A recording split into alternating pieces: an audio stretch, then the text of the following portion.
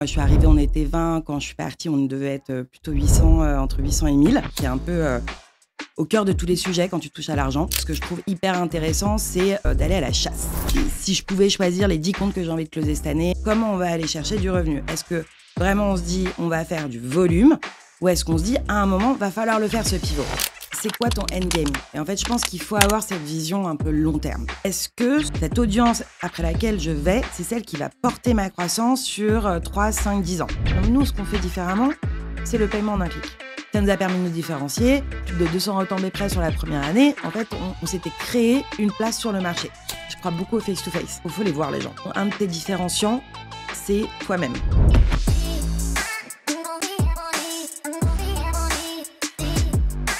Salut Christelle, merci d'être là. Bonjour. Pour commencer, ce que je te propose, si on reprend un tout petit peu ton parcours, si on revient un petit peu sur ton parcours, toi, tu as eu un parcours où tu es passé par Fortuneo, HSBC, Talentsoft, etc. Tu es passé après, tu étais CMO chez Libéo, plutôt startup scale-up, pour ensuite arriver là où tu es, c'est-à-dire chez PayPal. Généralement, le move qu'on voit la plupart du temps sur le marché, enfin en tout cas notamment dans le milieu de la tech, c'est j'ai commencé dans une grosse boîte, après je vais dans la startup, et puis je reste parce qu'en fait c'est un peu plus flexible, machin, nan. Et toi, tu as fait le move de t'étais dans une startup et tu as basculé dans grosse boîte, PayPal, en plus pour passer de t'adresse du SMB à je vais bosser sur du enterprise. Ça m'intéresse un peu d'avoir ton feedback sur déjà les raisons qui ont motivé ce truc-là et pourquoi c'était un bon choix.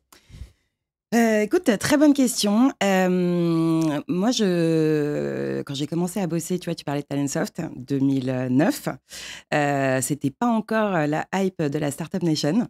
Donc, je suis un petit peu arrivée, ce qui à l'époque était une PME. On était dans les premiers investissements à BPI et compagnie. Tu faisais du crédit impôt recherche. Enfin, c'était pas sexy comme ça l'est devenu après. Donc moi, je suis un peu arrivée là par hasard. Comme tu disais, avant, j'étais un peu plus sur du corp, HSBC, Fortuneo, qui était un peu entre les deux. 7 ans chez Talentsoft, je vois toute cette partie scale. Moi, je suis arrivée, on était 20. Quand je suis partie, on devait être plutôt 800, entre 800 et 1000. Donc, une très belle croissance, série D. Tu vois ce qui est censé être une start-up qui réussit de l'intérieur. Là-dessus, j'étais là, bon, bah, qu'est-ce que je fais maintenant? Je vais aller sur quelque chose d'un peu plus mature.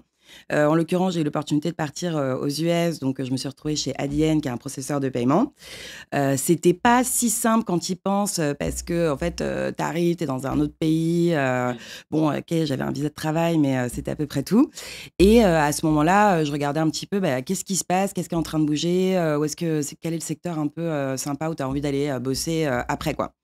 Fintech, je m'étais dit, bon, bah voilà, il se passe pas mal de choses, tu as des très beaux acteurs, et puis d'une certaine manière, tu es un peu au cœur de tous les sujets quand tu touches à l'argent, ce que moi je trouve hyper intéressant. Donc là-dessus, je vais chez Adyen, je fais 3 ans chez eux, et notamment ce passage, donc quand je les ai rejoints, on était 1000, donc tu vois, finalement, je suis arrivée à peu près la même taille que quand je suis partie chez Talentsoft. Ouais. Et la transition, où on a fait une IPO pendant que j'y étais, et t'arrives et t'es 2000 personnes. Donc là, t'as fait un énorme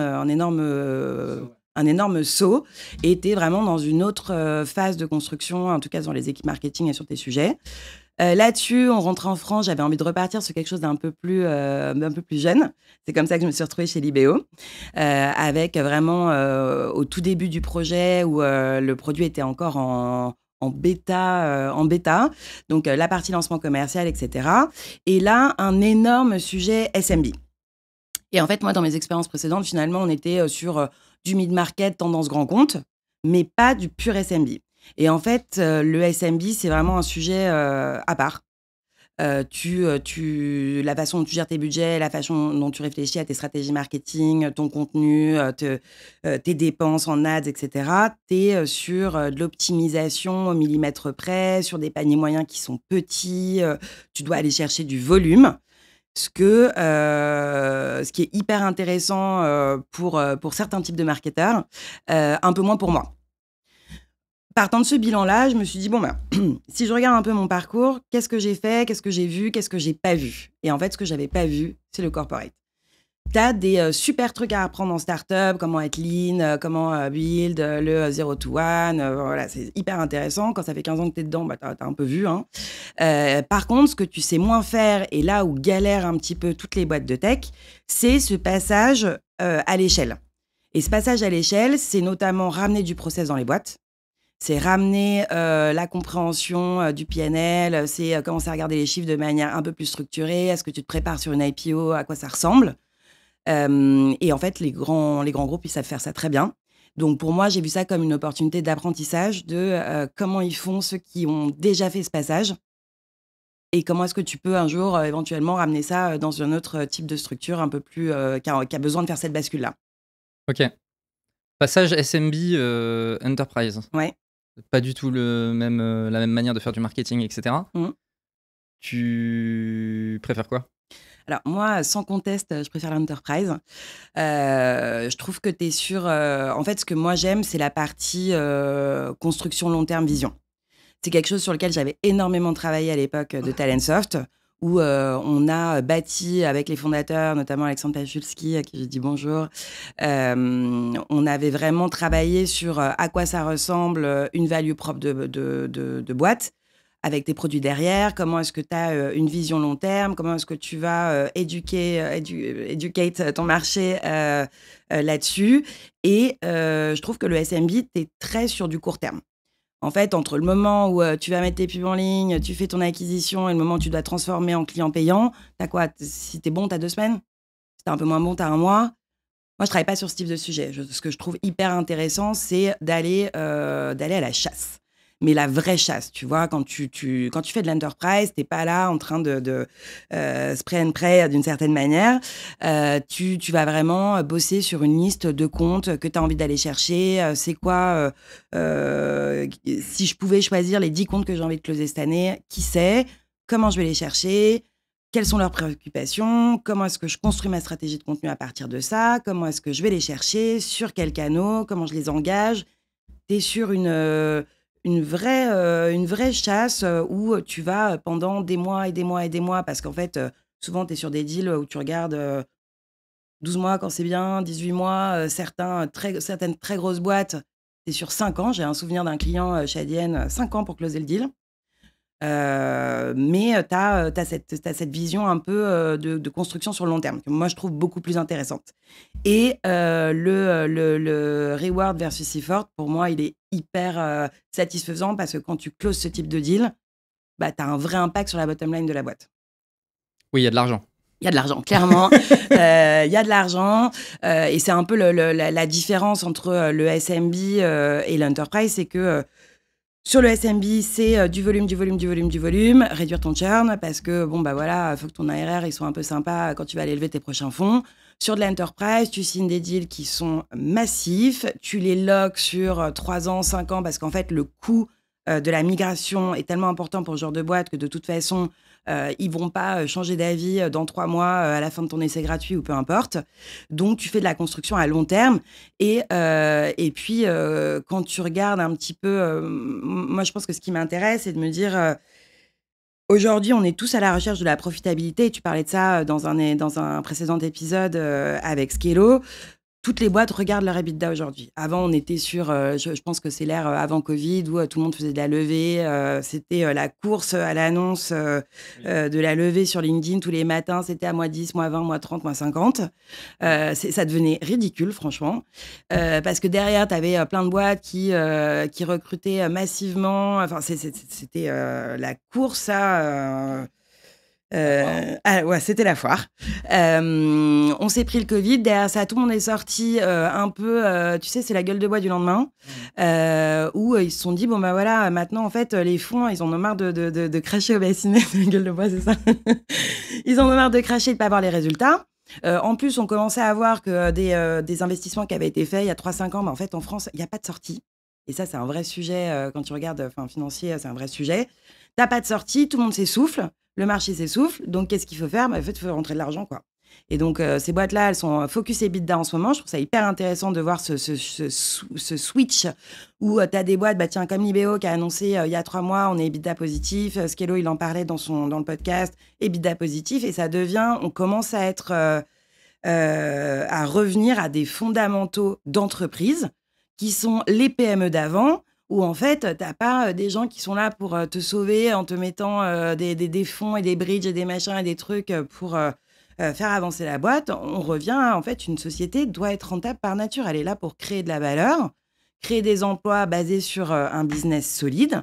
Et en fait, pour moi, les grands comptes, c'est un très bon moyen de faire ça. Parce que c'est des deals qui te sécurisent ta boîte sur plusieurs années. Mais c'est un peu c'est moins shiny, tu vois, d'une certaine manière. On préfère parler de ah voilà, moi j'ai fait des campagnes de gros, c'est incroyable, j'ai ramené tant de clients. Et je comprends, moi aussi, tu vois, j'adore écouter ce genre d'histoire. Moi, je fais des trucs moins sexy, voilà. Je fais de l'ABM, on en parlera après si tu veux. Je fais de l'account-based marketing, je fais du contenu, on réfléchit vraiment à apporter de la valeur à nos clients. Derrière, on fait du sales-led. Moi, je suis très fière de le dire parce que je trouve qu'on oublie un peu cette partie-là au profit du product-led, mais c'est fondamental. Et derrière, quand on close des deals, tu vois, c'est du revenu. Tu as un vrai impact sur la bottom line des boîtes. Tu te sens utile le matin. Voilà. Merci Christelle pour cet épisode. Ouais, pardon. Non mais c'est top. J'adore. J'adore. Je pense aussi qu'il y a, en fait, ce que ça provoque, tu vois, le moment où je me souviens d'une période, je me souviens plus c'était quelle année. Je suis très mauvais avec les années, mais où il y a eu, je pense, 2 mois d'affilée où c'était limite toutes les semaines, il y avait une nouvelle licorne. C'était en janvier, je pense janvier 2020, j'ai envie de te dire vraiment avant le Je Covid. crois que c'était janvier 2020. Et toutes les semaines, il y avait une nouvelle licorne. Je me disais, oh waouh. Et en fait, ce que ça provoque, c'est que tu te dis, l'objectif de la boîte, c'est ce truc-là. Alors que en fait, le fait de lever des fonds, et je pense que c'est quand même bien de le préciser, le fait de lever des fonds n'est pas le problème. Je pense que le problème, c'est lever des fonds sans avoir un plan pour de l'EBITDA, machin truc. Je veux dire, Amazon, ils ont levé des fonds, Facebook, ils ont levé des fonds. Aujourd'hui, ils font du cash. Il n'y a pas de problème. Tu vois. Absolument. Mais parce qu'il y a un vrai plan. En fait, on va à un moment donné être EBITDA positif, etc. Et en fait, on veut juste écraser le marché, machin. Ça peut faire partie d'une stratégie. Mais je pense qu'à un moment donné, il y avait beaucoup ce besoin de... Mon objectif de boîte, c'est pas la bottom line. Mon objectif de boîte, c'est ma valo. Et c'est là où, en fait, on est en train de jouer à un jeu qui est un peu débile parce que y a un moment donné où quand plus personne veut suivre au niveau de la valo et que la bottom line ne le suit pas, t'as une boîte qui meurt. Oui, c'est un très bon point et je pense que c'est un peu comme tout, tu surfes sur la vague. La tendance, elle était comme ça, tout le monde suit la tendance. Je pense que c'est pas représentatif des qualités des CEO ou pas. Ah, complètement. C'est juste, voilà, tout le monde fait ça, donc moi aussi. Et d'ailleurs, c'est des sujets, quand tu fais des plans de com, c'est des sujets qui reviennent souvent. Tu bosses avec ton agence de presse, est-ce que tu vas être dans les échos, mais en fait, est-ce que tes clients sont dans les échos ou est-ce que tu le fais pour de l'ego? Tu vois, est-ce que tu le fais pour le marché, le contexte, aller chercher d'autres investissements, etc. Ou est-ce que c'est là que tu vas aller chercher du business? La réponse, c'est toujours non.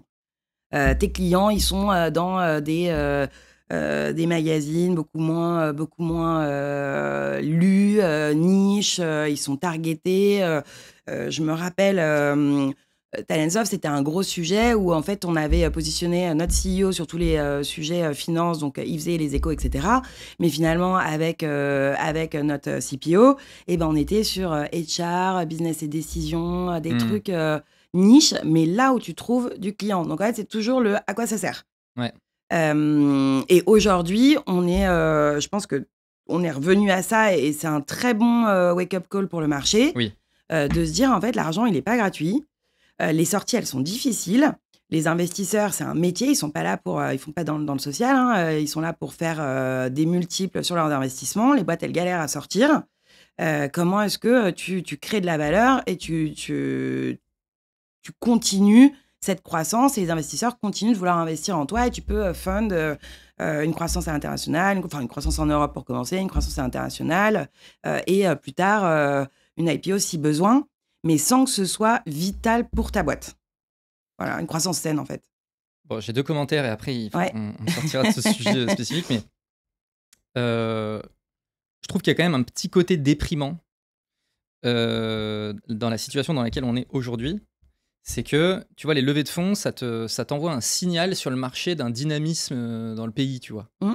Donc, quand tu as les levées qui s'enchaînent, bah, ok, les boîtes, elles sont pas rentables, etc., mais ça envoie un peu un espèce de message au marché qui est on est un pays innovant, il y a plein de choses qui se passent, il y a de l'argent, etc.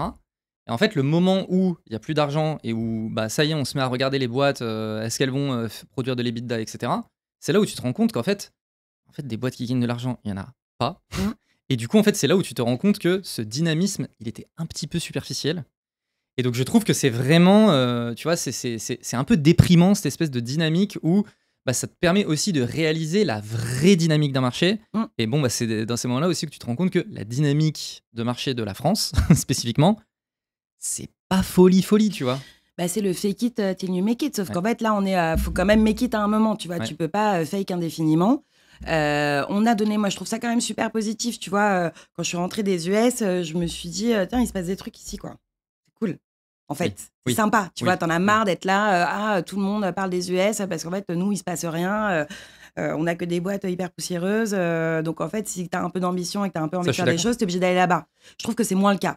Il se passe 100%. énormément de trucs. Il y a beaucoup de boîtes, d'ailleurs, US-based, qu'on fait le YC, etc., qui construisent leurs équipes produits, tech, engineering, ce que tu veux, en France. On a des talents incroyables. Quand tu es aux US, ils te le disent, la valeur du Frenchie, elle est réelle, tu vois. Ce côté un peu couteau suisse, on n'est pas T-shaped, on est capable d'avoir une compréhension business assez globale parce que nos écoles, et on est formés comme ça. On est juste à un moment où, en fait, maintenant, il faut transformer l'essai. Et on a toutes les cartes en main. Donc, en fait, c'est un peu là où, tous les CEO, faut y aller maintenant. On a quand tu regardes le Next40 et autres, on a des leaders incroyables. On a des Conto, des Docto, des Alan. On a besoin que ces boîtes-là fassent des entrées en bourse. On a besoin qu'ils sortent. On a besoin qu'il y ait de la liquidité qui rentre sur le marché pour pouvoir réinjecter de l'argent. Et c'est ce que les US arrivent à faire bien. Et où là, nous, on est un peu bloqués, quoi. Bon, je te dis ça, je ne suis pas une spécialiste du sujet, mais... Oui, non, mais moi non plus, voilà. mais bon, c'est intéressant d'en discuter quand même. Et le deuxième point que je voulais dire, c'est, je reviens sur le fait que les startups, elles visent le SMB et qu'en fait, c'est pas là où il y a l'argent, etc., etc. Il y a aussi un point que tu mentionnais, qui est, tu mets 18 mois à close un deal. Bon, bah, quand tu es en train de monter une activité, et si on te dit, bon, bah, alors par contre, tes premiers clients, tu les auras dans 18 mois... C'est dur. C'est dur. Bah, en fait, c'est un peu, tu vois... c'est un peu comme ta stratégie SEO. Tu vois, tout le monde va dire, ah bah là, je commence à lancer ma boîte, j'ai besoin de faire rentrer du client, je vais faire du paid.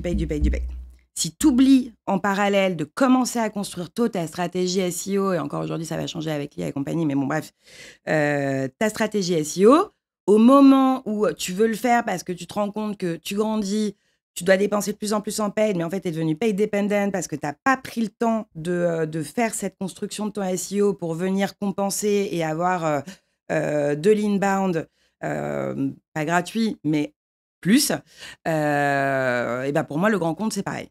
C'est-à-dire que commence avec ton SMB, même si tu peux plutôt avec ton mid-market, commence avec ton mid-market, mais en parallèle, pense à comment tu vas financer ta croissance plus tard. C'est des sujets, tu vois, on parlait de TimeSoft tout à l'heure, mais c'est exactement ça. On a commencé avec le mid-market et en parallèle, l'objectif, ça a toujours été comment on va sur le CAC 40. Comment on va sur le Donc CAC 40, plante les graines. on plante les graines. Tu plantes les graines, ça veut dire tu as un gros sujet brand, tu as un gros sujet crédibilité.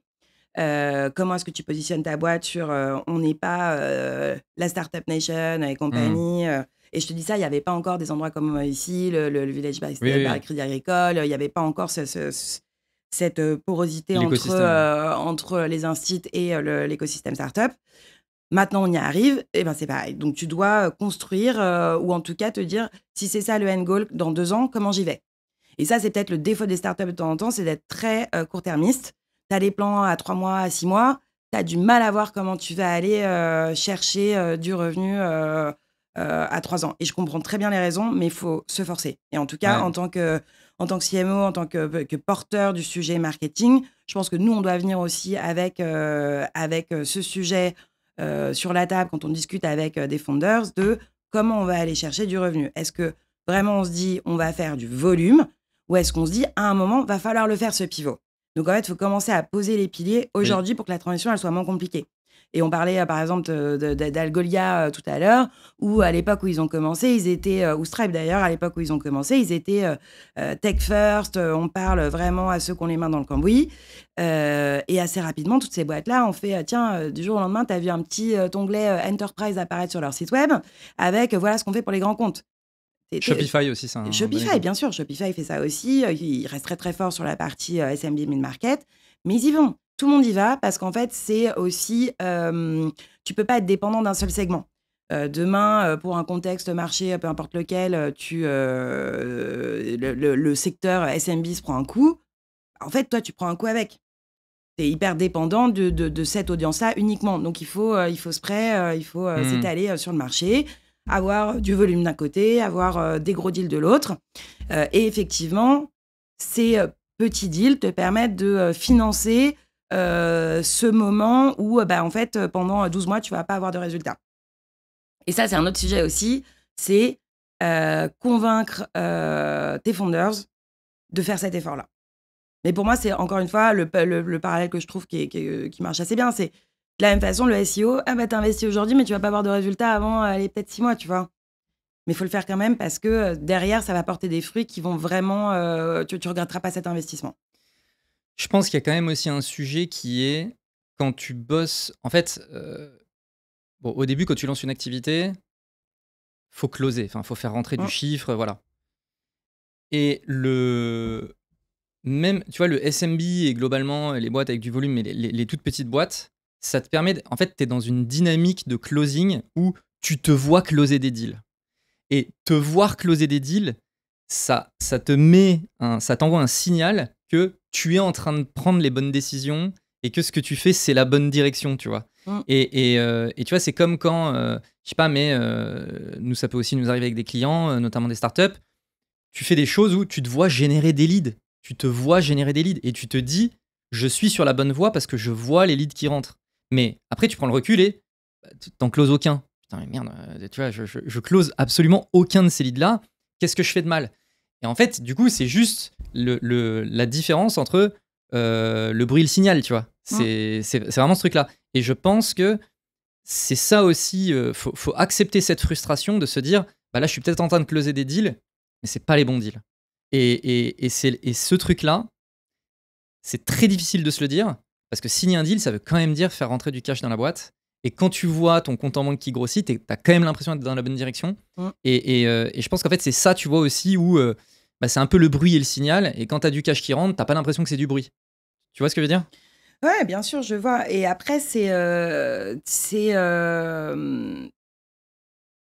vas en parler un peu d'ego tout à l'heure, parce qu'il y a un peu de ça. Est-ce que tu te dis, tiens, ça totalement. marche, voilà, je rentre des deals, mais c'est quoi ton endgame? Et en fait, je pense qu'il faut avoir cette vision un peu long terme. De te dire, bon, bah là, je fais signer des deals, je fais rentrer de l'argent parce que j'en ai besoin. Et c'est tout à fait honorable. Mais est-ce que ce pool, cette audience après laquelle je vais, c'est celle qui va porter ma croissance sur 3, 5, 10 ans? Oui ou non?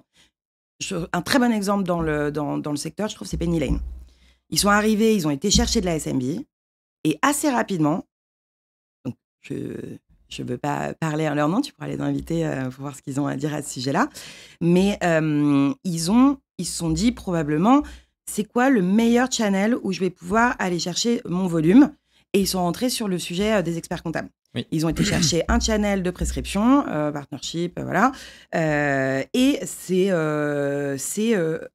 d'un point de vue extérieur, j'ai l'impression, ce qui a porté leur croissance, qui les a mis à un niveau, en tout cas, ce qui a positionné leur marque comme solide sur le marché. Parce qu'en fait, quand tu as des gens comme des experts comptables qui te font confiance, des boîtes mid-market vont commencer à se dire « Ah, ok, c'est sérieux ». Derrière le mid-market, tu peux passer sur du petit grand compte. Demain, tu peux passer sur du grand compte. Et en fait, comment elle est où ton échelle? Voilà, faut aller chercher ces barres-là, mais il faut avoir cette vision un peu long terme et pas juste rester sur ta petite boîte, ton Facebook Ads, parce que ça te porte pas. En plus, on le voit, les faillites de boîtes, ça t'impacte directement. Les créations de boîtes, tu vois, petite parenthèse. pendant un moment, les startups qui se créaient, tu voyais que tous les nouveaux deals, c'était les petits copains de l'écosystème. Bon, bah ça, c'est de l'inflation d'une certaine manière, tu vois. C'est pas du vrai business. Tu n'as pas forcément réussi à prouver ton market fit quand tu signes avec les petits copains qui juste t'aident au départ. Mais faut arriver à aller chercher ta vraie cible. Allez, on ferme ce chapitre. Oui. On rentre dans le sujet Oui. PayPal, qui est clairement une continuité de ce qu'on vient de se dire. Mais aujourd'hui, donc toi, tu leads la partie Enterprise. Oui. Qu'est-ce qui est inclus? Parce que depuis tout à l'heure, on parle du sujet Enterprise, mais du coup, qu'est-ce qui est inclus chez vous dans la partie Enterprise? Alors, nous, la partie Enterprise, donc déjà peut-être un petit rappel, PayPal, c'est ce qu'on appelle, nous, en interne, d'ailleurs en externe aussi, un double-sided network, dans le sens où la spécificité de la boîte, c'est qu'on a d'un côté une offre consommateur, avec le digital wallet qui permet d'envoyer, de recevoir de l'argent, le peer-to-peer, etc. Et de l'autre côté, on a une plateforme de paiement qui permet à des marchands de gérer leur paiement sur leur site, soit en marque blanche, soit en branded. Donc, tu vois le bouton PayPal sur le site du marchand. Donc, on a ces deux côtés-là. Moi, sur la partie qu'on appelle la partie B2B, la partie PSP, moi, je m'occupe des grands comptes. Les grands comptes, ça dépend. Nous, on regarde un volume de transactions par an sur les sites. Ce montant va être un peu différent selon les pays parce qu'aux US, c'est beaucoup plus gros. Et alors, tu vois, si tu regardes l'Italie, c'est un peu plus petit. Et en fait, à partir d'un certain nombre de millions de transactions annuelles, on passe sur du grand compte. Mon sujet, c'est, je dirais, deux parties. Vraiment construire cette brand awareness de PayPal n'est pas qu'une solution consumer, on fait de la plateforme de paiement, on le fait très bien, on le fait au niveau mondial. Donc, partie brand. Derrière, faire rentrer du lead dans du pipe. Alors, nous, on parle un peu moins de lead, on parle un peu plus d'accounts. Donc, faire rentrer des comptes dans un pipe. Et ensuite, accompagner les sales sur l'ensemble du cycle de vente. Donc, comment est-ce que tu fais bouger un account sur tes différents stades de ton cycle de vente jusqu'à un closing? Et une fois que tu as fait le closing, comment est-ce que tu grow? Donc, upsell, cross-sell, pays, solution, ce que tu veux. Mais comment est-ce que tu t'inscris, tu viens générer du revenu sur la durée? Je me permets d'interrompre l'épisode pour vous présenter Bulldozer, l'entreprise derrière la production de ce podcast. Bulldozer est un collectif spécialisé en marketing et growth et notre job, c'est de maximiser la performance marketing et commerciale des entreprises sur l'ensemble de leur funnel, donc de la génération de leads à leur conversion et leur rétention. Pour ça, on s'appuie sur différents leviers, le premier étant notre pool de plus de 200 experts qui composent le collectif et qui nous permettent d'adresser des sujets aussi divers que la demand gen, l'outbound, le SEO, les RevOps, etc. ainsi qu'une méthode de travail scientifique, data-driven et qui exploite ce qui se fait de meilleur en termes d'outils et technologies. On a accompagné plus de 200 clients depuis notre création en 2022 et parmi nos références, on trouve des super boîtes comme Aircall, Salesforce, Payfit ou Mooncard, pour ne citer qu'elles. Si vous aussi, vous souhaitez faire de votre marketing non plus un simple générateur de leads ou de notoriété, mais bien un générateur de revenus, je vous mets un lien vers notre site internet en description. Écrivez-nous, je pense qu'on peut faire de très belles choses ensemble. Allez, on reprend. Quelle définition vous avez d'un account? Oui. Un account, pour nous, c'est une boîte. C'est une boîte, tu vois, ça peut être, si tu prends le secteur du retail, ça peut être Carrefour, Decathlon, Leroy Merlin. Si tu prends le travel, ça peut être Air France, ça peut être Accor Hotel, ça peut être plein de choses. Donc, c'est vraiment, on regarde une entreprise. Derrière, on regarde qui sont les bailleurs. Donc, en fait, on est sur la même logique que quand tu vas chercher un SMB. On regarde des bailleurs et derrière, on essaye, et c'est peut-être là la différence, c'est qu'on va beaucoup personnaliser le travail de recherche qu'on fait. Une équipe qui est fondamentale pour moi, c'est l'équipe PMM, donc Product Marketing. Comment est-ce que tu vas travailler avec ces équipes-là pour vraiment comprendre, je dirais, traduire ta proposition produit sur une value propre qui parle à un marchand en fonction de ses challenges spécifiques, qui peuvent être soit liés à son secteur de boîte, soit liés à sa géolocalisation, soit liés à pas mal de choses qui font que tu vas personnaliser ton contenu en fonction de cet account-là ou de ce groupe d'accounts. Ok. Quand tu dis personnaliser sur l'account spécifiquement, ton équipe PMM, est-ce que du coup, ils vont... parce que du coup, j'ai l'impression que ce que tu es en train de dire, c'est aussi que ces personnes-là vont faire un travail, il y a une grosse partie de recherche sur l'account. C'est quoi leurs actus, c'est quoi les personnes qui bossent dedans, etc. C'est ça? Alors, pour moi, l'équipe PMM, elle n'est pas tellement sur ça, c'est plus de la recherche sales. D'accord. L'équipe PMM, elle va être plutôt sur compréhension du secteur. Si je prends, je sais pas, le secteur du travel, qu'est-ce qui se passe en ce moment sur le secteur du travel? Est-ce qu'il y a des sujets qui sont particulièrement importants? Est-ce qu'il y a des menaces? Est-ce qu'il y a des menaces? Est-ce qu'il y a le Covid, les gens peuvent pas voyager? Est-ce que, tu vois, peu importe. Qu'est-ce qui se passe en ce moment? Est-ce qu'il y a des gros marronniers? Tu vois, c'est les Jeux Olympiques d'hiver en Italie l'année prochaine. Qu'est-ce qui se passe au niveau marché? Et comment est-ce que nous, on veut prendre ça en compte quand on construit nos contenus? On n'est pas sur... voilà, le contenu, c'est toujours le nerf de la guerre.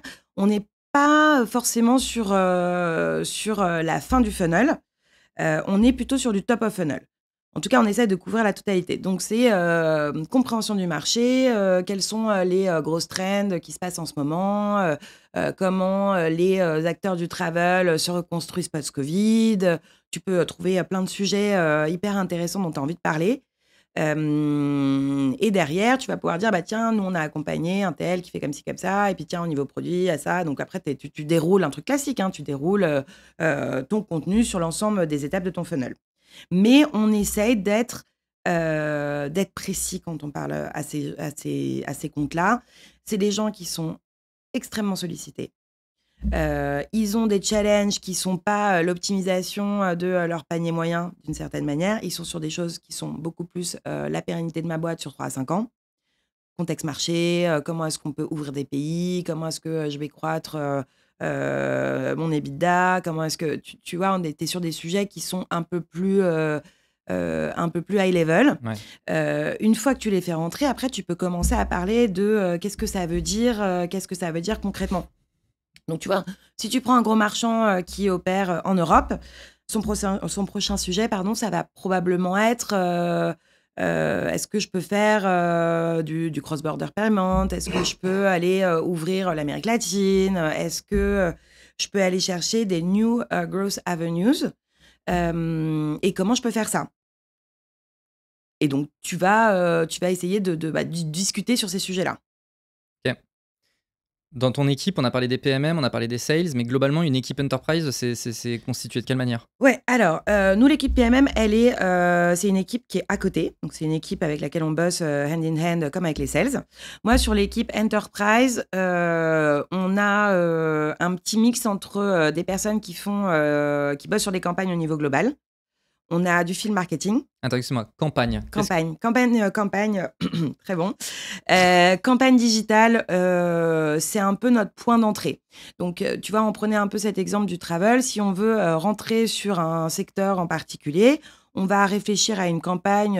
Nous, nos campagnes, on les réfléchit sur, je dirais, 2 ans minimum. D'accord. On réfléchit sur une campagne. Qu'est-ce que ça veut dire en termes d'assets? De quoi on veut parler? Et ensuite, on déroule la production. Donc, est-ce que tu fais de la landing page, du livre blanc? Est-ce que tu as un plan event associé? Est-ce que tu as un plan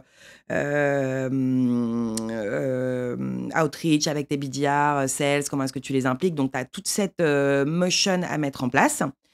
Et donc, du coup, quand on parle de campagne, pour nous, c'est pas une campagne de pub pendant 3 mois. C'est vraiment quelque chose qui intègre tous les différents pans d'une activité marketing que tu peux faire et un maximum de channels.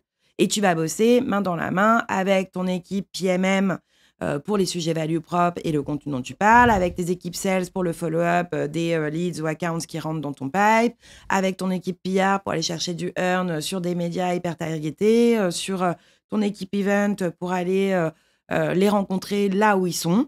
Donc, tu vas vraiment essayer d'avoir cette vue à 360. Ok.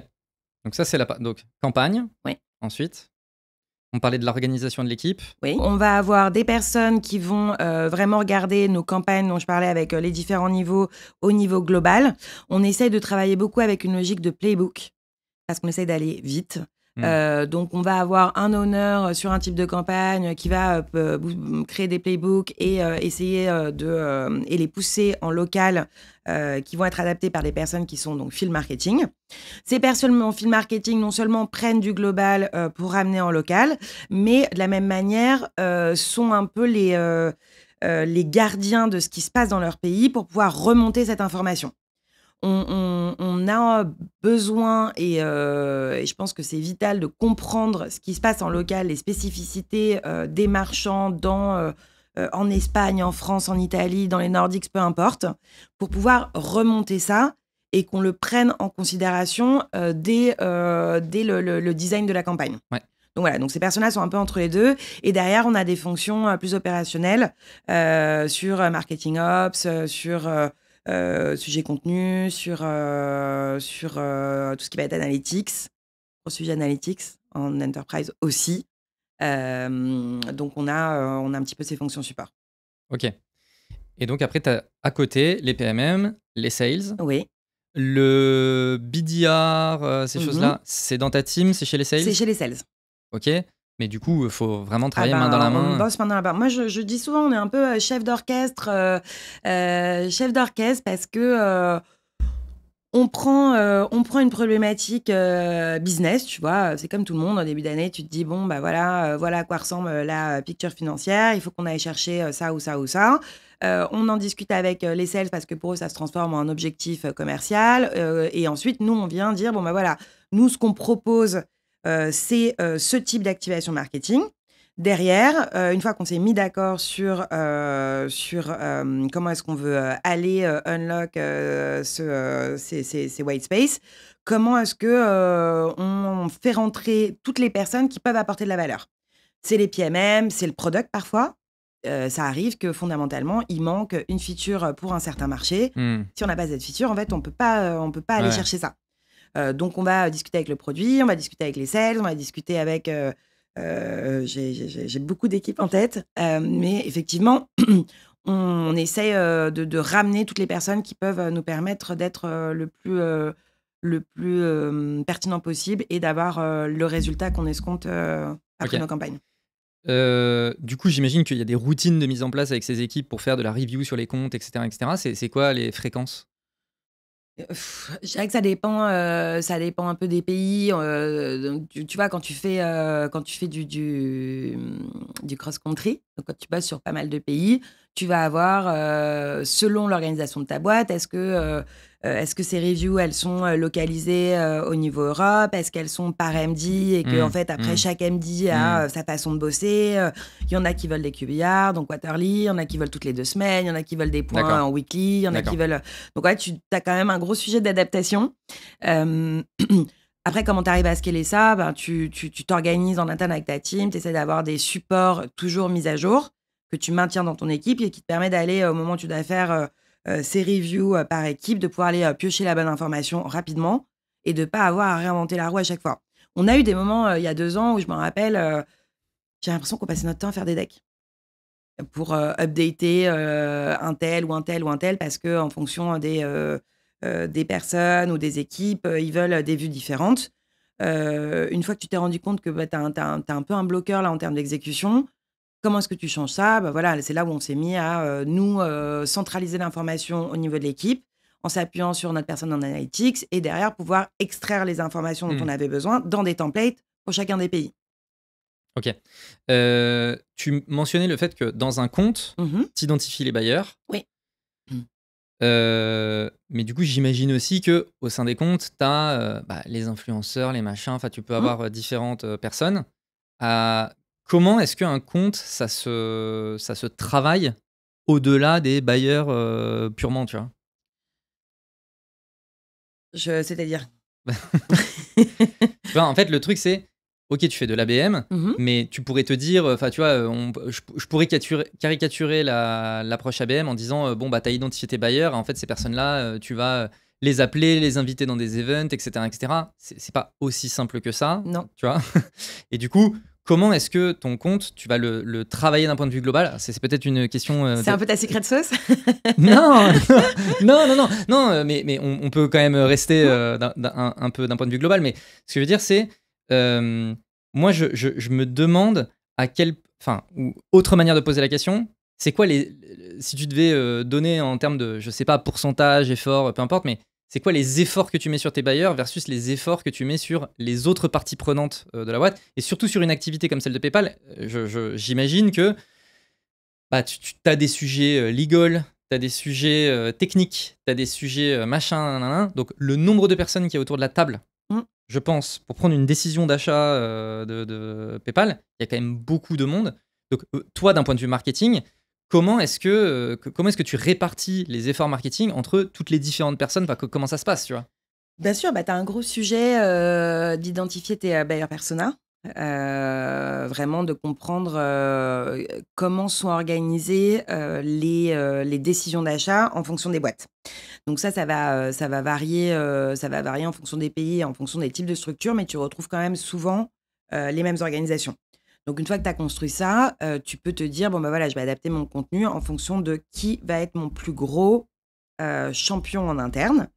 Et derrière, tu travailles ces personnes-là sur du long terme, comme je disais. Effectivement, tu as un gros sujet, tu vois, on est près de 20 000 chez PayPal en interne. Tu as un gros sujet interne, mais c'est quand même une machine qui est bien rodée.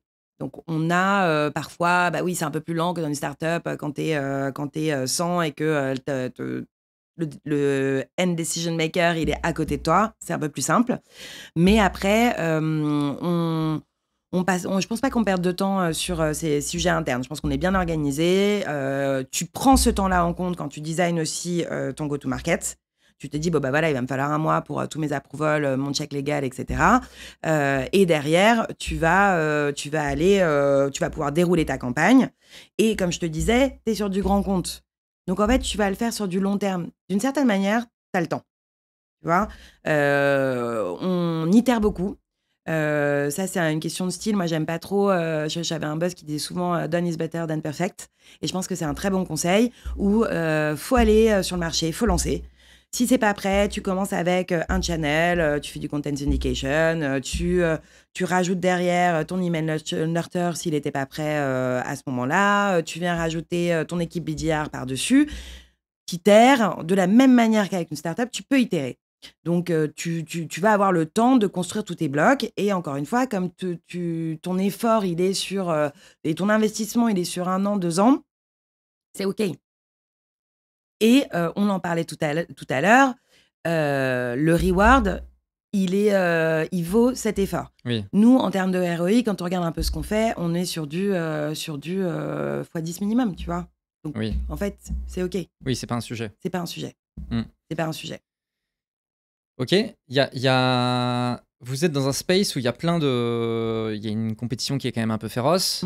Il y a des nouveaux players qui arrivent souvent, etc., etc. Comment est-ce que vous gérez aussi ce sujet est-ce que le sujet de la concurrence et des nouveaux players, etc., c'est une grosse partie aussi de votre travail? J'en sais rien, tu vois, le truc un peu typique, c'est les battle cards ou les trucs comme ça. Est-ce que vous avez un vrai gros travail sur la concurrence ou vu la marque que vous avez, en fait, c'est pas un sujet? Alors, je pense que faut être humble, c'est un sujet pour tout le monde. On regarde ce qui se fait, évidemment, mais après, je pense que il faut aussi faire attention à pas trop regarder ce qui se fait parce que sinon tu perds ta propre touch. Tu vois, tu rentres dans une guerre du MeToo, moi aussi je l'ai fait, tu n'arrives plus à innover parce qu'en fait, tu es tellement focus sur ce que fait le voisin 100%. qu'en fait, tu n'arrives pas à suivre. Nous, je pense que certes, on est là depuis un petit moment. On a une belle marque très bien installée et on a un avantage qui est cette partie consumer dont on parlait. Aujourd'hui, on a plus de 400 millions de comptes actifs sur PayPal. Et en fait, quand tu mets un global, quand tu mets, je crois qu'on est à, je sais plus, tu vois, on est à 10 millions en Italie, on est à peu près à 10 millions en France, peut-être un peu plus. Tu es sur des... En fait, quand un marchand met un bouton PayPal sur son site, d'une certaine manière, tu lui ouvres la porte à un pool de consommateurs qui préfèrent acheter avec PayPal pour des raisons de sécurité, d'habitude, de ce que tu veux. De simplicité. Maintenant que, tu vois, par exemple, quand on a lancé il y a 4 ans le Buy Now Pay Later, le paiement en 4 fois en France, le paiement en 3 fois en Italie, en 4 fois aux US, en 4 fois, 3 fois au UK, voilà, bon, ça dépend des pays. Les consommateurs, ils aiment ça. C'est de la facilité de trésorerie et ils savent que peu importe le site, quand tu payes avec PayPal, tu as cette facilité de paiement. Oui. Parce qu'en fait, pour nous, elle n'est pas liée aux marchands, elle est liée aux consommateurs. On connaît nos consommateurs, on peut leur proposer. Donc, du coup, on a c'est quand même cette proposition de valeur qui est relativement unique et qui nous permet de travailler aussi en bonne intelligence avec l'ensemble de l'écosystème. Parce qu'aujourd'hui, un marchand peut tout à fait être sur une plateforme type Adyen ou Stripe, mais avoir le bouton PayPal sur son site. Tout à fait. Et de toute façon, les grands marchands ont rarement un seul PSP. Oui. Parce qu'en fait, ce serait trop de risques et trop de dependency. Ils en ont souvent 2. Donc, tout le monde se connaît, on travaille ensemble, il n'y a pas de problème. Sur la partie SMB, nous, on a un gros... disons qu'un marchand SMB peut tout à fait travailler en direct avec PayPal pour recevoir ses paiements via notre plateforme ou alors passer via nos intégrations avec PrestaShop, Wix, Shopify, tous ces grands acteurs de l'e-commerce. Donc, ça, c'est sur le contexte marché où finalement, nous, on travaille quand même avec tout le monde. Et d'un autre côté, ça ne nous empêche pas d'innover, où tu vois, un de nos gros sujets cette année, c'est l'agentic commerce. Voilà, c'est pas encore... Je crois que vous n'êtes pas les seuls. On n'est pas les seuls. On n'est pas les seuls, mais ça a été lancé en début d'année sur les US, ça va arriver dans d'autres pays, on fait beaucoup de tests, il y a beaucoup de choses qui sont en train de se passer. On a fait une intégration avec Perplexity il y a à peine un mois. On est un peu forefront sur ce sujet-là. Parce que, en fait, on est drivé aussi par notre compréhension des attentes des consommateurs et des grâce tendances, à l'utilisation du wallet PayPal et les tendances. Ah oui, tu vois, tu as une source de data qui est incroyable pour comprendre ce qui se passe. Parce qu'à la fin de la journée, il y a le marchand, il est comme tout le monde, il veut répondre aux besoins de son consommateur. Bien sûr. Donc, si tu comprends ce que veut le consommateur, tu peux réconcilier un peu les deux. Et c'est là où je pense une des forces de PayPal d'être au milieu de ces networks. Oui, bien sûr. Sur le côté, tu vois, bien évidemment qu'on regarde les concurrents, mais en fait, il ne faut pas non plus être obsédé par le truc, parce que ça bloque un peu l'innovation. En fait, j'ai un client en tête que je vais évidemment pas mentionner, mais obsession de la concurrence. Ouais. Je vois que le concurrent, il est obsédé par cette boîte-là. Et en fait, le problème de cette obsession, c'est que tu considères toujours que c'est l'autre qui a raison. Du coup, ton concurrent, ah mais attends, il vient de faire ce truc-là, il a forcément raison, donc je vais faire pareil. Et puis toi, tu commences à lancer une initiative, l'autre il se dit non mais il a forcément raison, machin. Et donc en fait, c'est un marché où il n'y a aucune différenciation. Parce que tu considères toujours que l'autre il a raison, et du coup, à aucun moment, c'est un marché où il y a des éléments, des acteurs qui peuvent se différencier. Et tu vois, c'est là où moi je pense que... évidemment que c'est intéressant de regarder la concurrence parce que tu te dis est-ce qu'ils ont compris un truc que j'ai pas compris, mais à la fin faut quand même toi c'est quoi ton différenciateur, comment tu connais ton audience, etc., etc. Et là tu vois de ce que tu disais agentic commerce, l'intégration Perplexity et tout, bah oui en fait si tu passes ton temps à regarder les concurrents ce truc là tu l'aurais jamais fait. Tu l'aurais pas fait parce que tu serais en train de te dire ah bah tiens faudrait peut-être mieux que je me renforce sur la partie je sais pas orchestration, marketplace, peu importe, mais tu vas avoir l'œil ailleurs. Et en fait c'est quand c'est comme ça, je trouve qu'il faut toujours revenir à ton brand book, ta value propre. Ouais, 100%. T'es qui en fait? Parce que à la fin de la journée, si tu essayes de faire exactement le même produit que ton concurrent, ce qui va, tu vas devenir dépendant de facteurs qui sont pas dans tes mains, qui sont est-ce qu'il a plus de fonds et qu'il peut faire plus de paye, donc il va être plus visible, ou est-ce qu'il a plus, je sais pas, une meilleure relation avec tel écosystème et donc du coup ça va lui amener des clients. Mais en fait, c'est plus dans tes mains. Et ça, c'est hyper dommage. Et donc, il faut revenir à qui es-tu, toi, en tant que boîte? C'est quoi ton reason why? En fait, tu vois, il y a une raison pour laquelle on revient aux fondamentaux du marketing. C'est un vrai différenciant. Oui. Et je trouve qu'il faut arriver à... Et parfois, c'est un gros sujet avec les fondeurs aussi, parce que, tu vois, ils portent leur projet, c'est leur trip, c'est leur bébé, c'est ce que tu veux. Mais de dire, respire, prends 2 secondes. Pourquoi tu as monté cette boîte, toi? C'est quoi ton truc unique? Je trouve que Libéo avait très bien fait ça. On avait eu des très bonnes discussions à l'époque du lancement où tout était sur le sujet de la facture électronique. Et en fait, en regardant un peu le marché, tu te dis, ouais, mais nous, ce qu'on fait différemment, c'est le paiement en un clic. Et en fait, on est rentré sur le marché en lidant la value propre avec ce paiement en un clic. Ça nous a permis de nous différencier. Tu vois, plus de 200 retombées près sur la première année. En fait, on s'était créé une place sur le marché. Voilà, je pense que ça, c'est un point qu'il ne faut pas négliger. Et comme tu dis, de ne pas être trop focus. Encore une fois, il faut savoir ce que font les autres. Où est-ce qu'ils vont? C'est quoi leur game? C'est quoi leur endgame? Mais garder quand même ce qui fait de toi un produit unique que tu es clients vont choisir. Ouais, complètement. Ok. Un autre petit sujet que je voulais qu'on aborde, c'est particulièrement quand on adresse des boîtes enterprise, etc. Vous avez une techno qui permet à certaines boîtes de pouvoir utiliser votre techno en white label. Quand on est en white label, PayPal vient de disparu. Ouais. Comment est-ce que on arrive à quand même développer son awareness, etc. quand on est dans ce type de situation? Alors, sur l'enterprise, mine de rien, tu parles à des gens qui sont quand même très bien informés.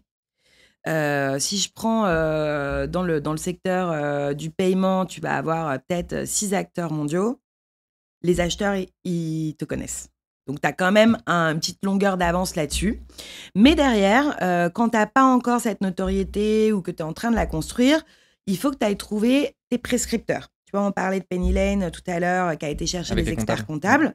Toi, tu peux aller chercher les cabinets de conseil. Parce qu'en fait, souvent, sur des décisions de ce poids-là, avec des budgets relativement conséquents derrière, très souvent, il y a un cabinet de conseil qui vient donner un petit peu son point de vue. C'est pour ça d'ailleurs que souvent, sur les grands comptes, tu as des sujets qui reviennent de tous les analystes, type Forrester, IDC, Gartner, etc. Oui.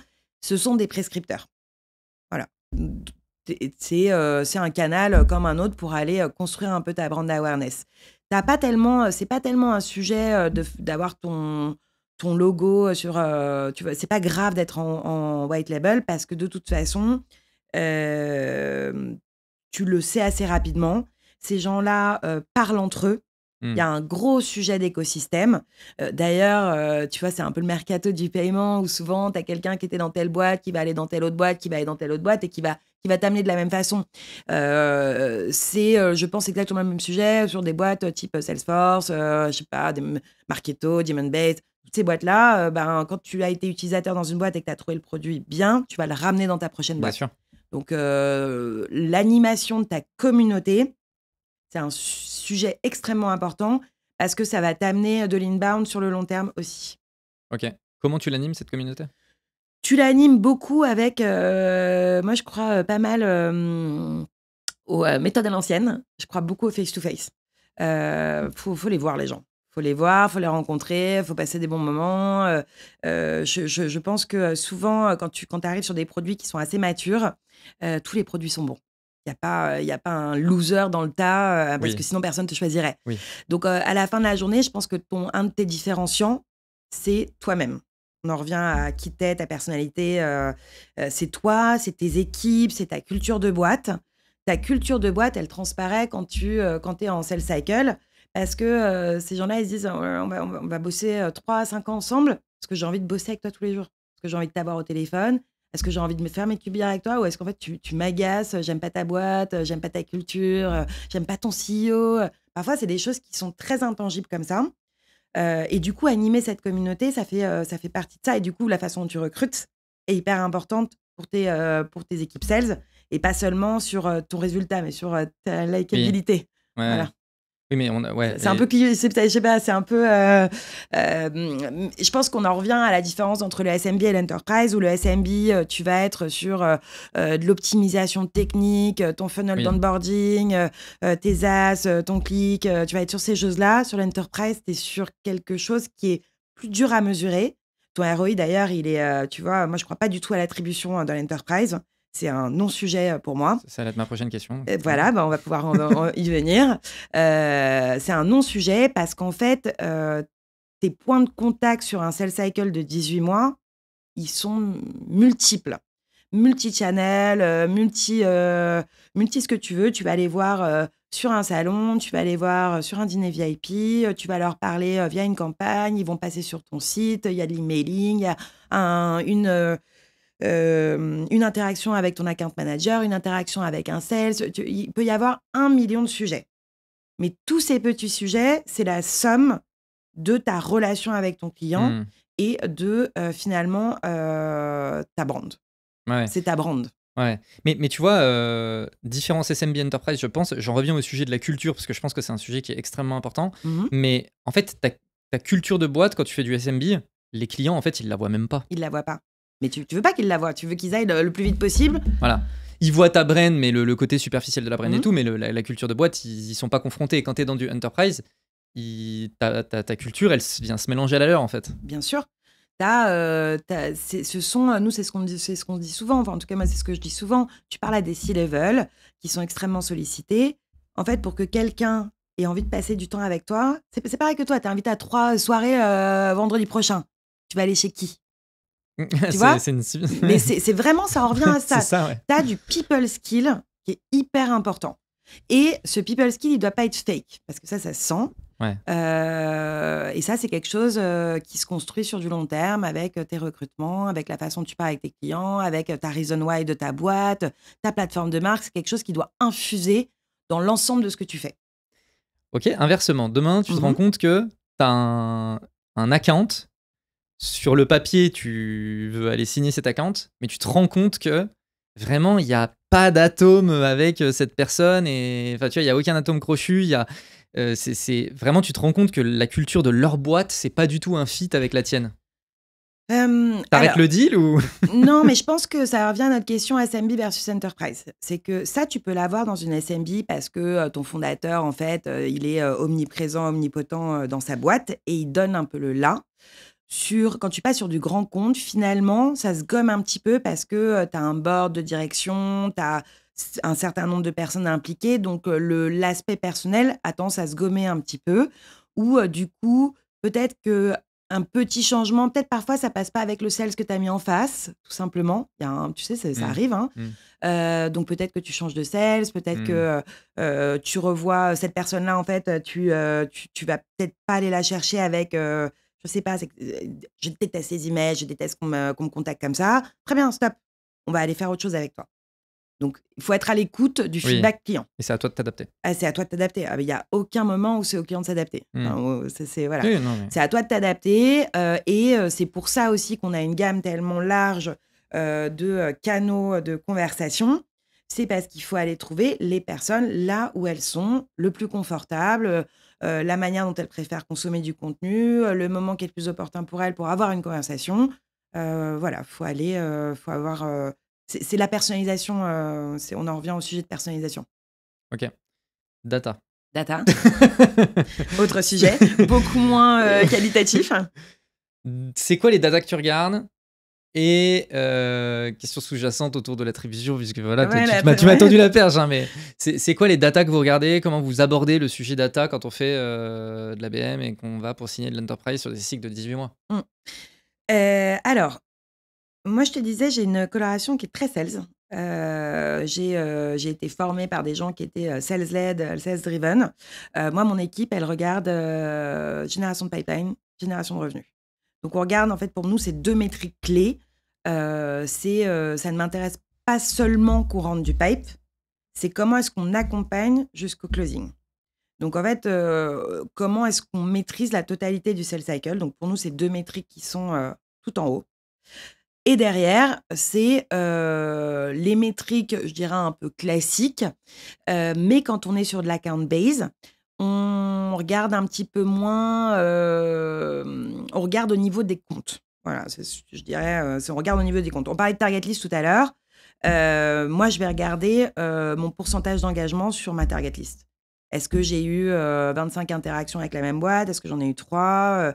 Est-ce que sur les 1000 comptes que j'ai targetés, est-ce que j'ai réussi à engager la conversation avec 50% sur l'année, avec 20%, avec... tu vois, on regarde ce type de métrique-là. Attends, excuse-moi. Ouais. Engagement. Qu'est-ce qui est considéré comme de l'engagement? Pour moi, de l'engagement, c'est de l'engagement avec du contenu. C'est de la lecture, c'est du clic sur la newsletter. C'est vraiment, est-ce que je vois une accroche? Est-ce que je vois un peu de réponse? Une interaction. À un moment donné, il y a eu une interaction. Qui vont être scorées différemment si la personne, elle est venue à un événement que tu as organisé, bien sûr, évidemment, si elle a pris un long form content ou alors est-ce qu'elle a juste lu ta newsletter. Donc ça, c'est les classiques du scoring. Donc nous, on regarde ça. Et puis, on en revient à ce sujet target list. Pour moi, c'est mon principal sujet. Je regarde assez peu, finalement, les marketing qualified leads, etc. Moi, ce qui me compte, c'est est-ce que mon account, il est qualifié? Est-ce que les gens à qui je parle sont qualifiés? dans mon account, est-ce que je fais des progrès? Est-ce que je les fais rentrer dans un opportunity cycle? Est-ce qu'on le fait bouger dans le funnel de vente et est-ce qu'on le close? Donc, c'est finalement très sales. Oui. Et d'ailleurs, mes équipes sont incentivées sur ce type de choses. Moi, chaque personne dans mon équipe a un bonus sur le revenu généré sur les actions marketing. Ok. Donc, l'engagement, etc. Oui. Et donc, attribution n'est pas un sujet. Alors, attribution, c'est toujours un sujet parce que c'est une façon d'aller expliquer ton ROI par channel, tes investissements, etc. Mais en interne, il faut... Je passe beaucoup de temps à expliquer que ça sert à rien et qu'il faut regarder un peu la big picture. Non, mais c'est un grand débat. Mais quand tu parles à des spécialistes du PEG, tu leur dis, en fait, moi, je m'en fiche un peu. Ils te disent, quoi? Mais c'est pas possible. Bah si, parce qu'en fait, mon display advertising, mon pay media, mon social media, machin, sont des canaux qui répondent à d'autres canaux. Et en fait, tu peux... je pense qu'en enterprise, il faut avoir un peu... tu fais beaucoup de décisions au gut feeling. Bien sûr que tu regardes les chiffres, mais tu as quand même beaucoup de compréhension de ton domaine, compréhension de ton buyer. Je sais qu'il faut que je sois en always on sur LinkedIn, sur du social, sur du display, peu importe, retargeting, allez, hop, hop, hop. Mais à la fois, je sais que c'est parce que cette personne a vu ces social ads qu'il est venu à mon événement, que j'ai pu le mettre en phase 2, que j'ai été top of mind lorsqu'il y a eu un RSP qui est sorti. Mais ça, pour le mesurer, bonne chance. Tu peux pas, en fait. Tu peux pas dire « Ah bah tiens, l'opportunité, elle a été créée après que cette personne-là ait cliqué sur mon email. » Ça n'a rien à voir. En fait, c'est parce qu'il y a eu 40 points d'interaction avant ça, que tu peux traquer d'ailleurs très bien dans Salesforce, ou dans n'importe quel CRM, HubSpot et autres. Tu peux très bien le voir, mais c'est la somme de tous ces points-là qui font que tu en arrives là aujourd'hui, sur un grand compte. Sur du SMB, je pense que tu es beaucoup plus dans tiens, on va tester, on va voir ça, ça a l'air mieux, ou telle plateforme m'a saoulé, je vais essayer de tester autre chose. Donc, du coup, l'attribution, pour moi, c'est là, c'est un sujet dont il faut parler. Mais quand on est sur des moments où, bah, tu vois, en ce moment, tout le monde est en 2026 planning et que tu dois regarder un peu le split de ton budget, moi, je regarde ça par grande thématique, de quoi j'ai envie de parler à qui. Le channel, c'est secondaire. Oui, c'est anecdotique. Oui. Voilà, tu vas mettre beaucoup d'argent, donc c'est pas si anecdotique que ça, mais ton channel mix, il va varier. C'est pas ce sur quoi moi je vais aller voir mes sales leaders, enfin en tout cas je vais aller voir mes leaders tout court et leur dire voilà, ça je veux bien sign off sur ce plan-là, mais moi là-dedans tu verras jamais mon channel mix parce que c'est je vais le varier. Il y a un moment je vais me dire ouais, en fait ça je vois pas de traction, je vais couper ça, je vais rebalancer tout mon budget là-dessus. Puis en fait je vais remettre un petit peu de ça, puis en fait on est en juillet août, ça sert à rien, donc je coupe mon social media. Tu vois, c'est un peu plus tu vas au fil de l'eau, faut être un peu flex. Oui, il y a de la flexibilité. Beaucoup. Mais toujours avec un peu de... Enfin, il y a quand même du bon sens, tu vois. C'est-à-dire, ah bah en fait, j'avais prévu tel budget sur le mois d'août, et puis en fait, finalement, je me rends compte que blablabla, et du coup, je le coupe. Obviously, tu vois. Obviously. En fait, c'est assez logique. Moi, enfin, tu vois, j'aime bien présenter les choses, et en fait, on a globalement le même avis, hein, surtout sur l'enterprise, sur le sujet de l'attribution, mais généralement, moi, j'aime bien expliquer les choses en disant, mais en gros, ce que tu veux, c'est créer un espèce d'écosystème autour de ton ICP et de ta target audience, où évidemment, ce que tu veux, c'est générer de la confiance, rester top of mind, etc. Et un super moyen de faire ça, bah, c'est qu'elle te voit dans un event, sur LinkedIn, dans sa boîte mail, dans machin. Est-ce que j'ai besoin d'une explication scientifique pour t'expliquer que si elle m'a vu sur LinkedIn, la probabilité qu'elle pense à moi est plus élevée que si elle m'a pas vu sur LinkedIn? Non, je pense qu'on est tous d'accord pour le dire. Donc à la fin, créons l'écosystème qui les mette dans une situation favorable pour penser à nous. Fin.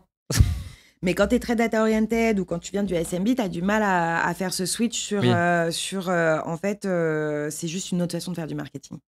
Tu peux pas expliquer chaque euro que tu dépenses, mais il faut que le blend de tes channels, à la fin, tu regardes ce que tu as dépensé, tu regardes ce que tu as ramené, ça et ton ROI, il est là. Oui.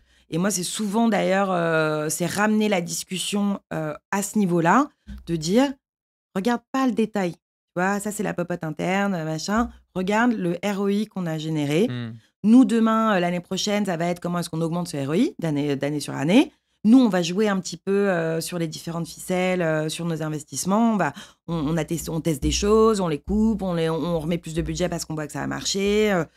Mais ce qui compte, c'est ton ROI top of line. Voilà. J'ai dépensé tant, j'ai ramené tant. Ok. C'est quoi les prochains challenges pour vous, là, chez PayPal ? Je pense que les prochains challenges, c'est comment est-ce que... Alors, tu vois, on disait, on est nombreux dans le monde. Sur les équipes marketing, on est très lean. Et c'est une des raisons d'ailleurs où, tu vois, on en parlait pour la raison pour laquelle moi je suis passée aussi chez PayPal, parce qu'il y avait cette idée de construire cette fonction quand je suis arrivée. Là, dans le monde, tu vois, on est, allez, j'ai envie de te dire une quinzaine, vingtaine sur le sujet. Oui, c'est pas énorme. Ah non, c'est pas énorme du tout. En field, on a peut-être 1 à 2 personnes par pays, et encore, c'est sympa. Donc, nous, c'est un vrai sujet, en tout cas pour mon équipe, c'est un vrai sujet d'organisation. C'est comment est-ce qu'avec le minimum de personnes, tu arrives à couvrir un maximum de pays et à avoir de l'impact. Est-ce que c'est une organisation où par pays, chacun fait sa petite tambouille?